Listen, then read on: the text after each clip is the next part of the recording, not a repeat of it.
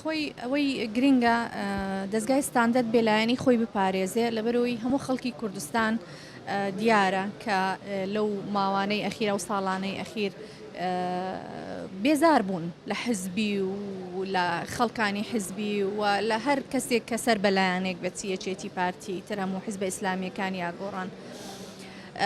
ئەوەی کە تێبینی دەکەم هەتا ئێستا هەوڵی داوە بێلایەنی خۆی بپارێزێ، بەڵام گرنگە بەردەوام بێت و هەروەها کۆکردنەوەی خەڵکانی بێلایەن و تەنانەت ئەو خەڵکانەشی کە لە حزبەکانن و بۆ ئاڵوگۆڕکردنی بیر و ڕای نوێگەر و تازە بۆ بەرەو پێشبردننی قەزیەی کوردی بەڕاستی لە ناو دەوڵەتی عێراقیەوە شتێکی گرنگە. من کارەکانی بە باش هەڵدەسەنگێنم تا ئێستا بە تایبەتی خەڵاتکردنی هەرجارە و خەڵاتکردنی کەسایەتیەک ئەوە با بڵێن هاندانە بۆ بەرەو پێشچوونی زیاتر یا ئەو کەسە هاان دەدا لەسەر کارەکانی خۆی بەردەوام بێ کە دەزانێ دەستگایەک هەیە پشتیوانی لێ دەکا بە تایبەتی کە ئەو دەستگای بێلایەن بێت.